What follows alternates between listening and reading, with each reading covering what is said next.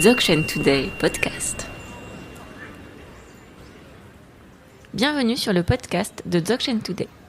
Cette série, intitulée « Qu'est-ce que le Dzogchen ?», nous plonge dans les fondements du Dzogchen et présente la richesse de cette tradition, son histoire et ses lignées, son chemin, son résultat et bien plus encore.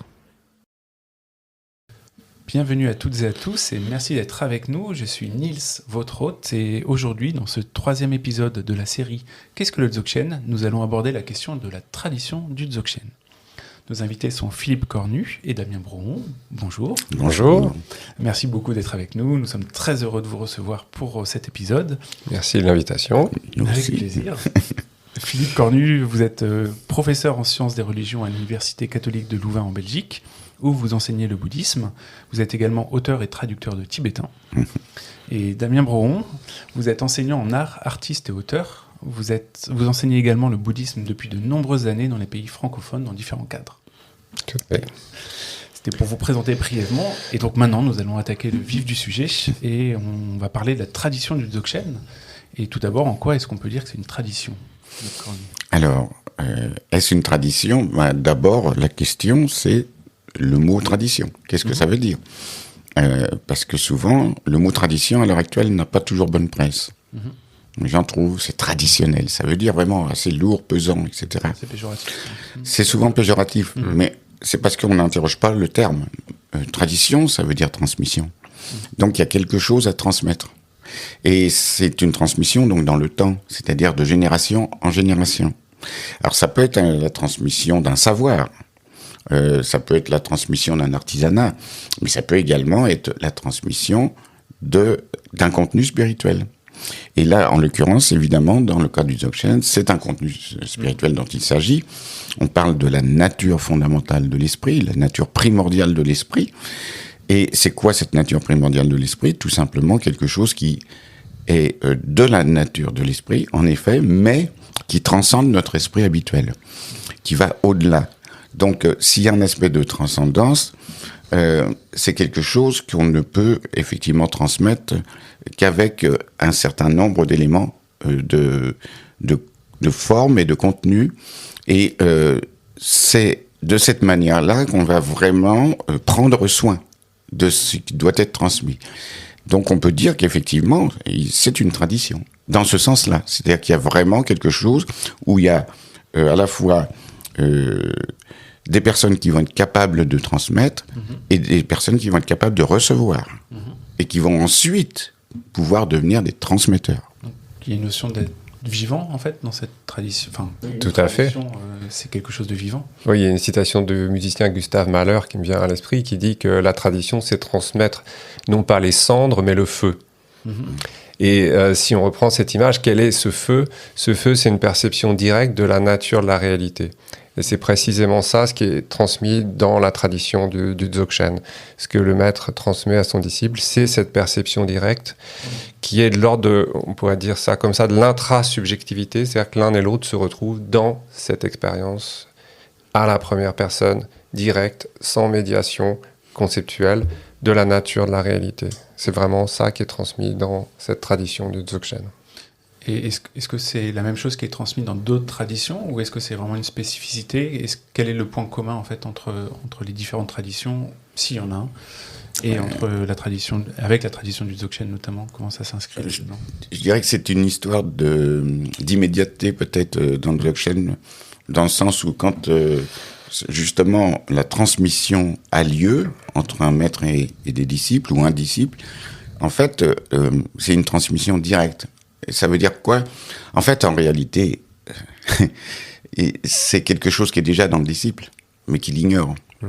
Et donc, il va y avoir simplement le fait que le disciple est prêt, ouvert, le maître est lui-même dans l'état qu'il va transmettre, et il y a une sorte de rencontre ou de coïncidence silencieuse des deux esprits qui fait que, effectivement, l'expérience est faite à l'intérieur du disciple. Il reconnaît ce dont il s'agit. Et c'est ça, véritablement, qui est l'acte de transmission. Maintenant, évidemment, après, il y a le temps plus long qui consiste à stabiliser cette réalisation-là, évidemment.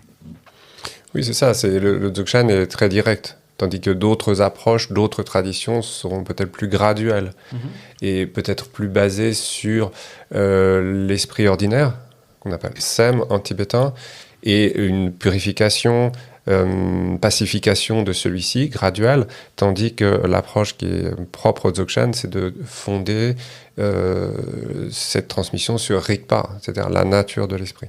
C'est ça qui le caractérise, qui le distingue d'autres approches.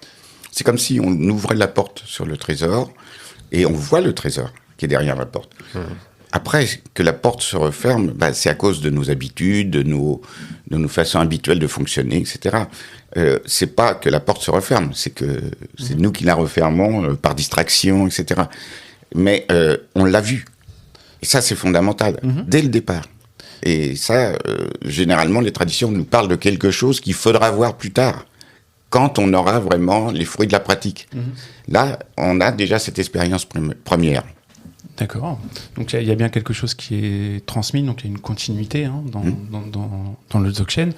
Donc on s'inscrit dans quelque chose, et pourtant, là on parle du Dzogchen en général, de la tradition du Dzogchen, mais on avait vu dans des épisodes précédents qu'il y avait potentiellement plusieurs traditions du Dzogchen. Donc la question c'est, est-ce qu'il y en a réellement plusieurs, et quelles sont potentiellement ces différences en fait?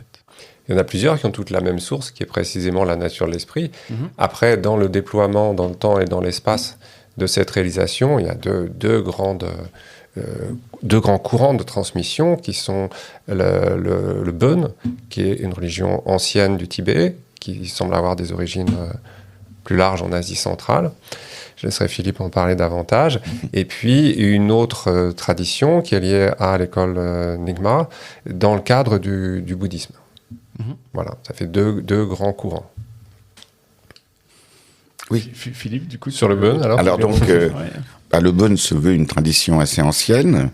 Maintenant, le Dzogchen en lui-même, quand on regarde la tradition Dzogchen Bön et la tradition Dzogchen dans l'autre école, qui est Nyingmapa, en fait, il n'y a pas de différence essentielle. Il y a une différence d'explication, de manière de l'amener. Une différence de formelle, on pourrait dire ? Une différence formelle, mais aussi peut-être simplement, oui, dans l'explication aussi. Dans l'explication, il y a une manière de dire les choses. Et c'est ça qui fonde un peu une petite différence. Maintenant, ces différences ne sont pas des différences essentielles, dans le sens où elles pointent toutes vers la même chose, et qu'en plus, ça nous permet de voir ça sous différents angles. C'était le feu dont parlait Mahler, justement. Voilà, exactement. Voilà, c'est ça. Le feu. Et cette tradition se dit ancienne, effectivement. On n'a pas d'idée exactement de quand ça commence. Mais évidemment, il y a peut-être dans l'école Bön elle-même une tendance peut-être à exagérer un petit peu son ancienneté. Ça, c'est possible, parce que historiquement, il y a eu des concurrences entre différentes écoles. Et parfois, il faut aussi défendre son point de vue par rapport à d'autres écoles. Ça arrive. Mais au final, ça change rien à l'historicité, en fait, que ça soit chez les Bön ou chez les Nyingmapa, et au fait de l'origine de cette transmission, de cette lignée. D'ailleurs, le Bouddha lui-même, l'être éveillé qui est à l'origine de la transmission, a le même nom dans les deux traditions que Ntozampo. Tout à fait. Qui veut dire tout bon, littéralement. C'est-à-dire que le fond même du réel est parfaitement bon, parfait, sans besoin d'aucun effort. Voilà. Donc pour le parfaire. Le Dzogchen, c'est tout bon. Le Dzogchen, c'est tout bon. On pourrait presque dire plusieurs traditions, même Dzogchen, mais même source. Absolument, la source est la même. C'est à la fois une source qu'on peut décrire au travers d'une histoire. Ça, c'est ce que nous présente l'histoire de ces lignées. Et c'est aussi une source qui est en nous-mêmes, fondamentalement. Parce que si on parle de ce Bouddha tout bon, c'est à la fois celui qui est à l'origine de cette lignée, et c'est aussi ce qui est à l'origine de notre être. Fondamentalement. Il y a toujours ces deux dimensions. Absolument. Et cette double dimension, on la retrouve dans le fait d'avoir une transmission, on va dire une origine commune, et puis des lignées différentes, des écoles différentes. Parce que, tout à fait. Et parce qu'il y a quand même une certaine complexité. On le voit, il y a Beun, mais il y a Enigmapa, mais on voit qu'il y a on entend quand même un certain nombre de communautés de Dzogchen, de beaucoup de choses qui tournent autour du Dzogchen, qui ont l'air d'être transmises. Et on entend même parler, donc on a cité l'Enigmapa, mais il y a 4 écoles dans le bouddhisme. Comment tout ça, ça s'articule en fait dans cette complexité, cette richesse du monde Dzogchen? Y a-t-il une différence entre une école et une lignée, et comment ça se matérialise?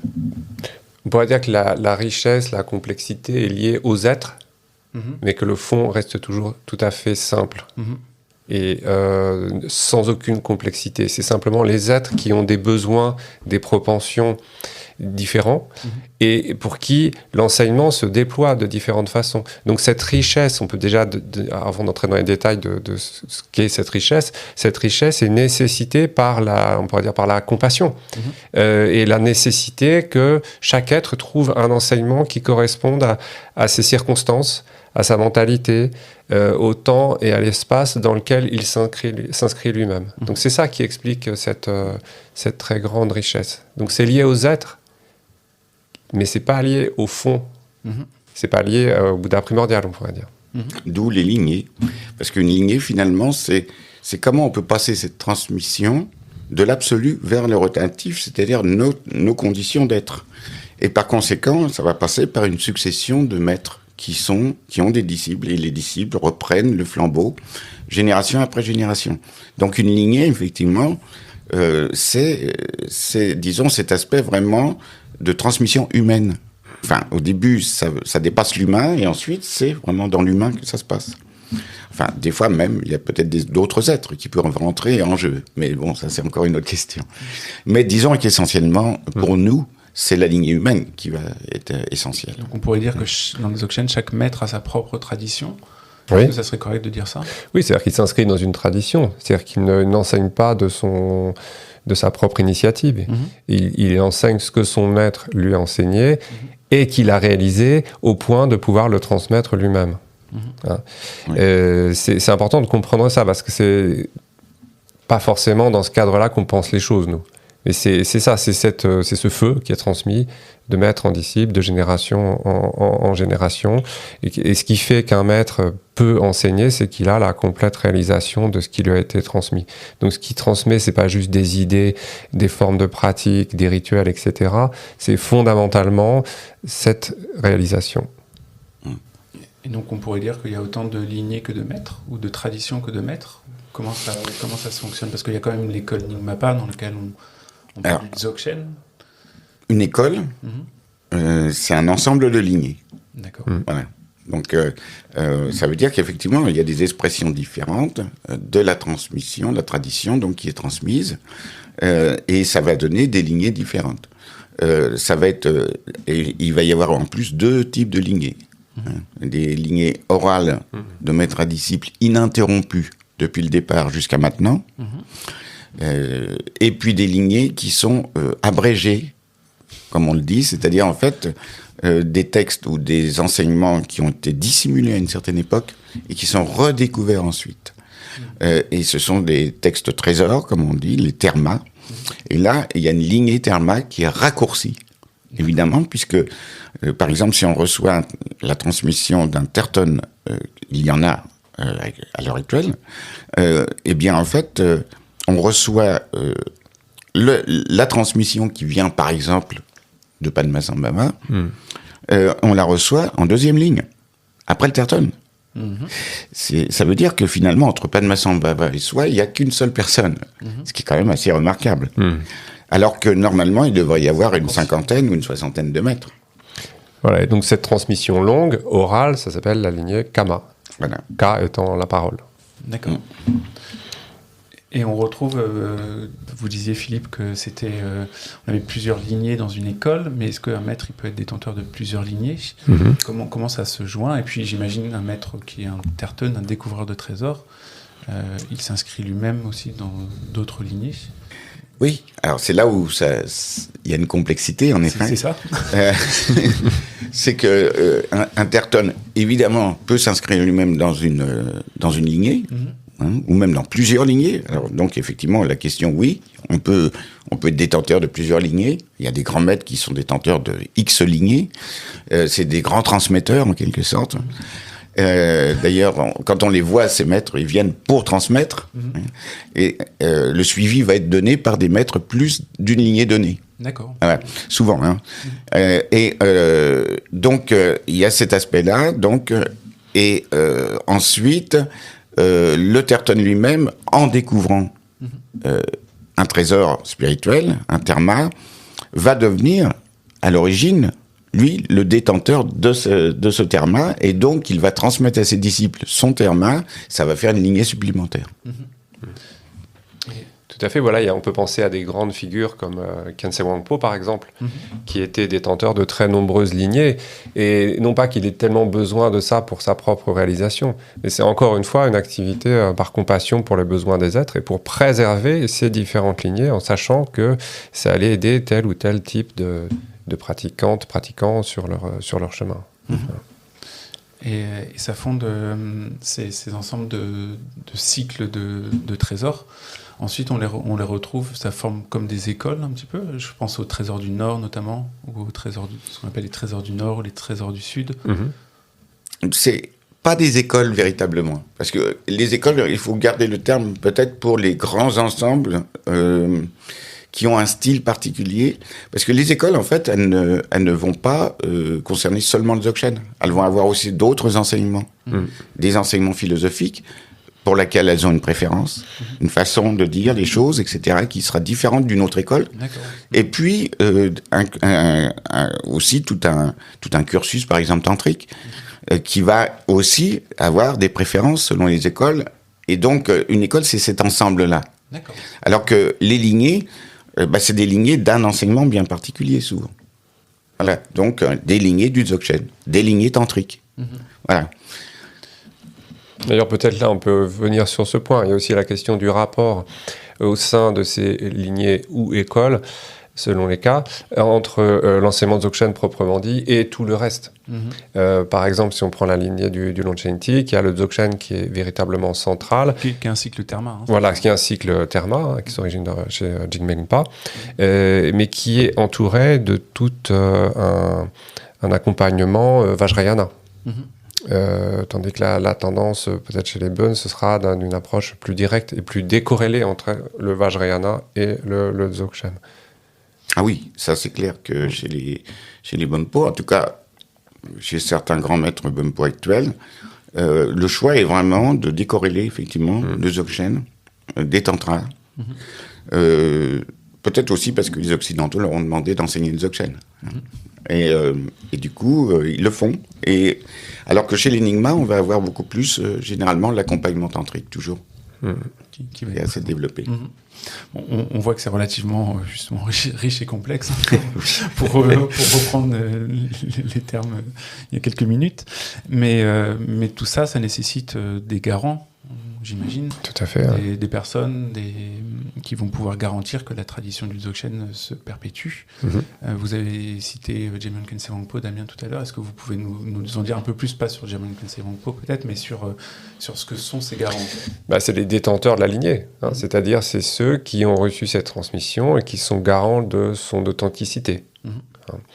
Donc il y a cette transmission qui se fait comme ça de maître à disciple, ce qui signifie aussi que le disciple doit vérifier le maître et doit vérifier qu'effectivement celui-ci lui donne des indications, des pratiques, des enseignements qui l'amènent vers l'éveil, qui l'amènent vers la libération, parce que les titres ne suffisent pas. Les titres, justement, sont de l'ordre d'une réalité objective, on pourrait dire.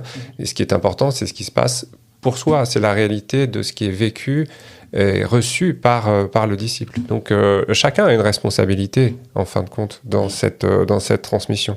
Et ça, c'est peut-être à souligner pour un public occidental qui est moins familier de cette tradition, tout simplement, de voir aussi cette notion d'une responsabilité individuelle là-dedans.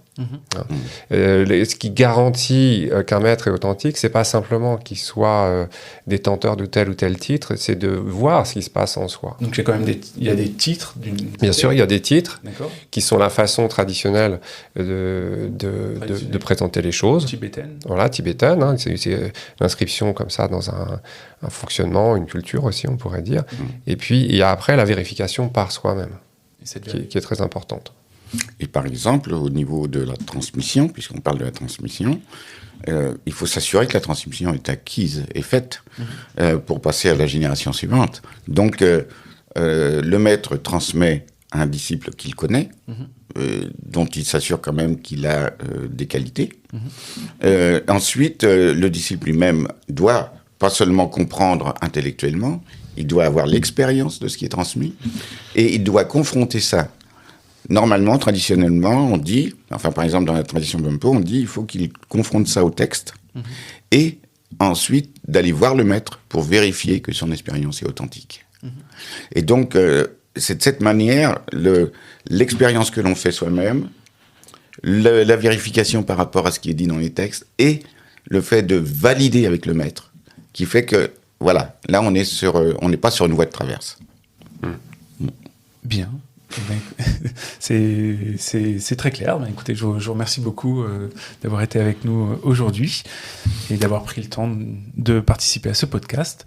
Et merci à vous. Merci pour votre venue. Et on se retrouve bientôt dans un prochain épisode. À très bientôt. À bientôt. Au revoir. Merci beaucoup. Au revoir.